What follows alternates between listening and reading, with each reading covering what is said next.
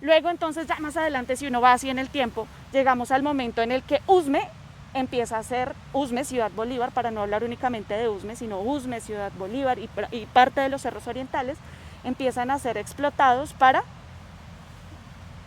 minería, gravas, arenas, que terminan siendo también las que construyen Bogotá, ¿cierto?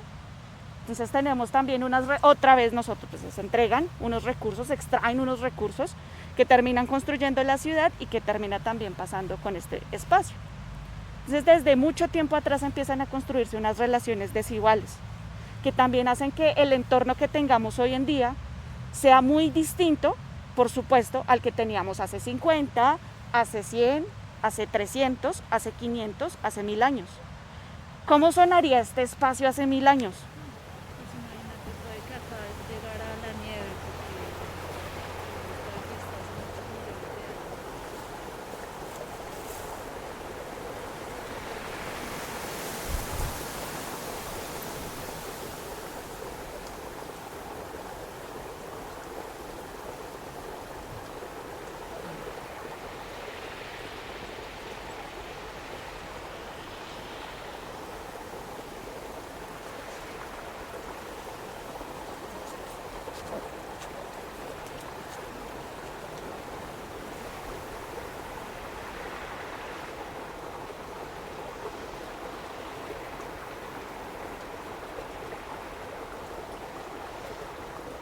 Chévere.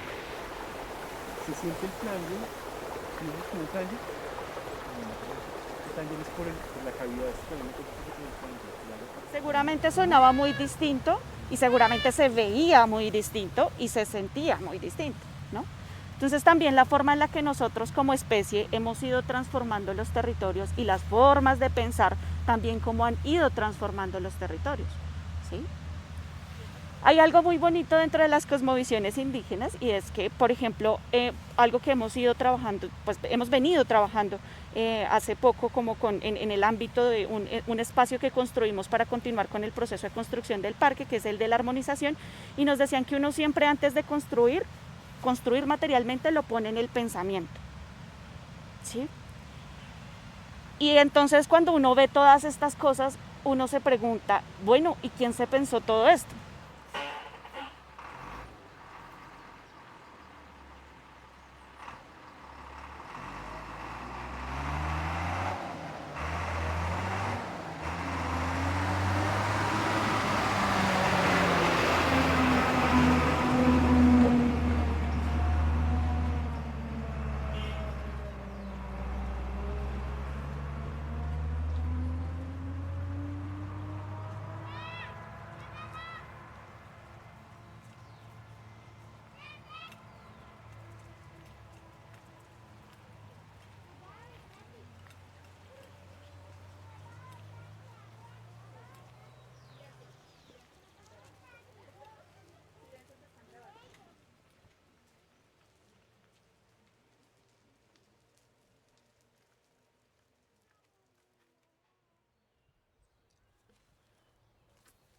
Estamos en la Hacienda del Carmen, en la localidad Quinta de Usme. Son las 6 de la tarde.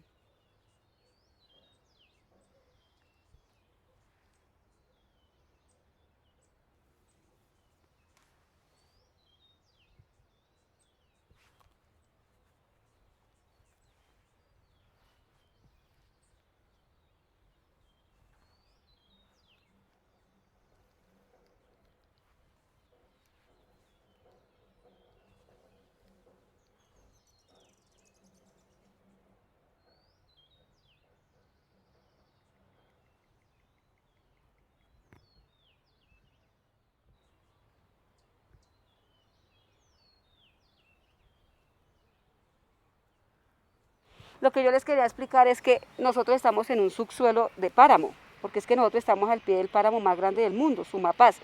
Y si nosotros seguimos permitiendo todo lo que se viene encima y no nos unimos por la brecha del que nosotros llegamos a dañar el ecosistema, nos salió la casa para este lado, ¿cierto? Yo soy parte de la expansión urbana. Lamentablemente no tenía más para dónde coger, me salió para ahí. Pero desde que llegué ahí estoy en el pie de lucha de que esto no siga. o sea, ya no podemos hacer nada. Pero si seguimos en el pie de lucha, lo que queremos es seguir conservando este subpáramo, conservar las partes hídricas y la naturaleza, que es lo que estamos haciendo. Entonces es invitarlos a que cada que pasemos por este territorio les pidamos permiso y todo lo que está debajo de nosotros, porque son todos nuestros antepasados los que nosotros estamos pisoteando sin esta de ofenderlos ni de molestarlos. Entonces siempre se pide el permiso para uno entrar al territorio. Entonces es eso, es no seguirnos dividiendo, sino a formar un solo equipo, lo que hemos estado haciendo hace tanto tiempo. ¡Viva Limones! ¡Viva Limones!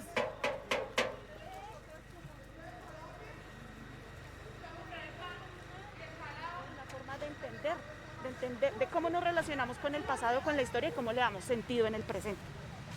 ¿Sí? Entonces, claro, se entiende desde una lógica distinta. Y aquí es donde también entra la arqueología a aportar un poco, a entender, a ver cómo interpretamos, cómo hacemos esas lecturas de eso que ya no nos pueden contar, pero que sí podemos ver a través del paisaje, a través de los objetos, a través de varias cosas y que nos puede dar otra información. Entonces, claro, ahí entramos dentro de todo este proceso de movilización que nos contaba Harold, de entender el territorio, de otras formas de caminarlo, de buscar la forma de relacionarnos de una manera distinta con el agua, de entender por qué éramos un territorio periférico en el sentido de esas relaciones que se forman centro-periferia y nosotros, ¿qué pasa? ¿Cómo es que somos parte de la ciudad? De hacernos todas estas preguntas, nos encontramos con el hallazgo arqueológico de la Hacienda El Carmen. Y la Hacienda El Carmen entonces empieza a contarnos otras historias. Y una de las primeras interpretaciones que se hace es que tenemos la gran necrópolis muisca.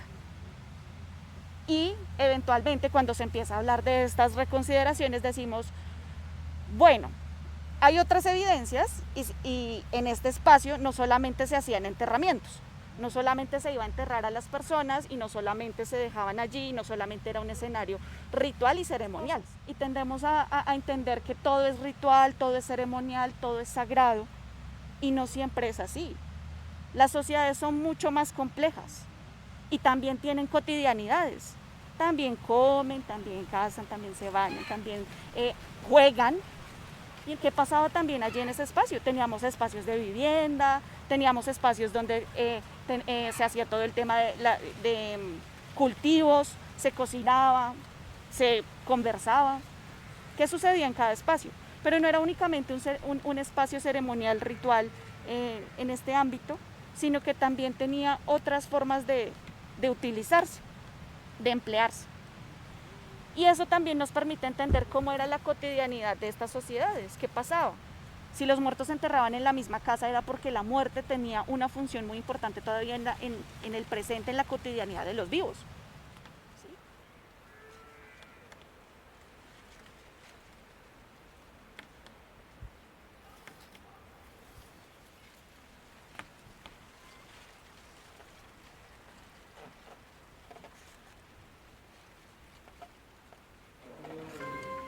Hace 14 años, aquí abajito quedaban las oficinas de Metrovivienda. Y hace 14 años nos presentaron el director del IDU, de esa época nos presentó el plan parcial Tres Quebradas. Estábamos al frente de un movimiento de participación ciudadana aquí en Munde, y ahí conocí a Jaime Beltrán. Y Jaime Beltrán, visionario como nadie, defensor de la ruralidad como nadie, una persona de un nivel intelectual y de una perspectiva de la humanidad tan profundo, desentrañó frente al director del IDU de esa época, hace 14 años, la agresividad de este plan parcial Tres Quebradas y de esa situación que llaman de área de expansión urbana. Y recordaba de cómo estas ruralidades van perdiendo cada día más terreno. En esa época no estaban construidos estos bloques que están sobre la ribera del río Tunjuel, que son agresiones a la ruralidad, porque aquí hay un problema central, estratégico para la humanidad, que es el problema del calentamiento global y la defensa del agua. y de la ruralidad campesina y del ser campesino. Y Jaime llevó este problema al hábitat de la ONU, en 2 foros memorables que hay que traer a la historia, porque este es un legado de un hombre que transformó en Colombia el pensamiento de la ruralidad desde su extracción campesina. Y yo quiero, por eso intervengo, hacerle un homenaje a ese hombre y llamar a las comunidades campesinas a que recojan ese legado de Jaime Beltrán, que se opuso a ese plan parcial Tres Quebradas y fue al descubrimiento arqueológico de la Hacienda del Carmen el que logró frenar esa agresividad contra la ruralidad. Pero hoy ya nos dicen, bueno, ganamos porque ya no son 900 sino 360 hectáreas, pero va el plan parcial, que es la agresividad, esa es la punta del iceberg que llamó Jaime Beltrán, que parece inofensiva, pero mire pero eso es la que va a romper y va a acabar con este buque que se llama la ruralidad, y en defender esa ruralidad y eso, esto no es un problema de paisaje, es un problema de la humanidad profundo. Por eso esas 300 hectáreas que ustedes dicen que lograron y que las presentan, esa es la agresión, esa es la punta del iceberg que tenemos que frenar. Entonces, porque la agresión ha ido avanzando y el campesinado se encuentra acorralado por la expansión de la ciudad y por la expansión minera del Sumapaz hacia acá.